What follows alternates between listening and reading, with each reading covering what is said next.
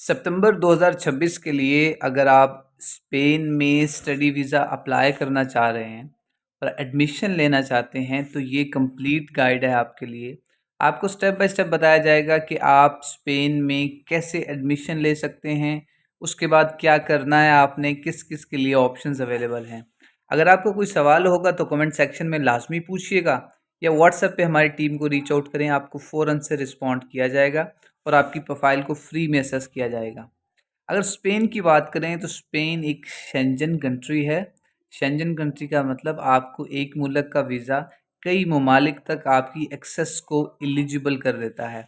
अब स्पेन की बात करें, स्पेन में टोटल कॉस्ट बैचलर्स या मास्टर्स के लिए पढ़ना है तो ट्यूशन फ़ी रेंज करती है 700 यूरो से 5000 यूरो तक। पब्लिक यूनिवर्सिटीज़ की बात कर रहा हूँ।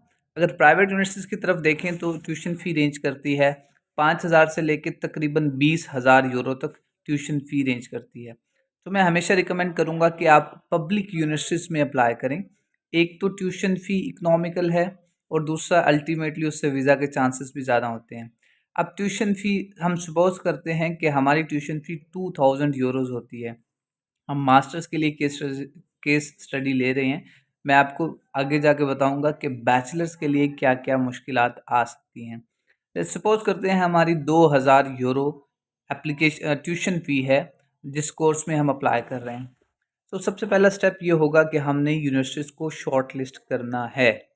अब यूनिवर्सिटीज़ को शॉर्ट लिस्ट करने के लिए आपने कम से कम 1 से 2 माह लगाने हैं। स्पेन में तकरीबन 60 पब्लिक यूनिवर्सिटीज़ अवेलेबल हैं। अगर उन पब्लिक यूनिवर्सिटीज़ की लिस्ट चाहिए तो कमेंट कर दें या व्हाट्सएप पे रीच आउट कर लें, आपको पब्लिक यूनिवर्सिटीज़ की लिस्ट मिल जाएगी ताकि आपको रिसर्च करने में आसानी हो। पहला स्टेप ये है कि आपने पब्लिक यूनिवर्सिटीज़ को फाइंड आउट करना है। दूसरा स्टेप ये है आपने उसमें अपने प्रोग्राम्स ढूँढने हैं English taught. Plenty of English taught programmes available हैं। ये डिपेंड करता है कि आपकी रिसर्च कितनी एक्सटेंसिव है। पहला स्टेप यूनिवर्सिटीज़ आ गई, दूसरा स्टेप कोर्सेज ढूंढ लिया आपने। ये ही टाइम है प्रोसेस स्टार्ट करने का सितंबर के लिए। तीसरा स्टेप आपने उनकी डेडलाइंस फॉलो करनी है कि किस किस डेडलाइन पे एप्लीकेशन ओपन होंगी ताकि उससे पहले आप तमाम रिक्वायर्ड डॉक्यूमेंट्स को प्रिपेयर करें और उसे यूनिवर्सिटी में as soon as possible submit कर दें। अब आपने डेडलाइन भी देख ली, आपने रिक्वायर्ड डॉक्यूमेंट्स भी देख लिए। अब यहाँ पे सबसे इम्पोर्टेंट बात आती है कि आइट्स रिक्वायर्ड है या नहीं है। स्पेन की अच्छी बात यह है कि स्पेन में आपके पास एमओआई बेस पर मल्टीपल ऑप्शंस अवेलेबल हैं। मतलब आप विदाउट आइट्स भी आपके पास मल्टीपल ऑप्शंस अवेलेबल हैं। आप विदाउट आइट्स भी स्पेन में प्रोसीड कर सकते हैं। अब एलिजिबिलिटी की थोड़ी सी बात करें, फिर यहाँ से एप्लीकेशन लेवल को आगे प्रोसीड करेंगे। एलिजिबिलिटी के लिए स्पेन यूजुअली 10 साल तक का गैप एक्सेप्ट करता है।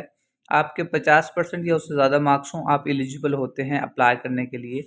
लेकिन मैं हमेशा रिकमेंड करता हूँ कि जहाँ पे एलिजिबिलिटी 50% या उससे ज़्यादा की है तो वहाँ पे कंपटीशन भी उतना ही ज़्यादा होता है। इसका ये मतलब नहीं कि आपके 50% से ज़्यादा मार्क्स हैं और आप अप्लाई करेंगे आपका एडमिशन हो जाएगा, ऐसा नहीं होगा। मैं रिकमेंड करता हूँ कि आपके एटलीस्ट 60% या उससे ज़्यादा मार्क्स हों ताकि आपके एडमिशन के चांसेस ज़्यादा से ज़्यादा हों। स्पेन 10 साल तक का गैप भी एक्सेप्ट करता है। स्पेन 2+2 डिग्री भी एक्सेप्ट करता है। स्पेन बैचलर्स के लिए भी कोर्सेज अवेलेबल हैं और स्पेन में मास्टर्स के लिए भी कोर्सेज अवेलेबल हैं। अब हम पहुंच गए एप्लीकेशन लेवल पे, हमने एप्लीकेशन सबमिट कर दी। हम मास्टर्स की केस स्टडीज़ ले रहे हैं। एप्लीकेशन सबमिट कर दी, साथ साथ अब हम अपने डॉक्यूमेंट्स प्रिपेयर करेंगे जो अपोस्टाइल करवाने हैं।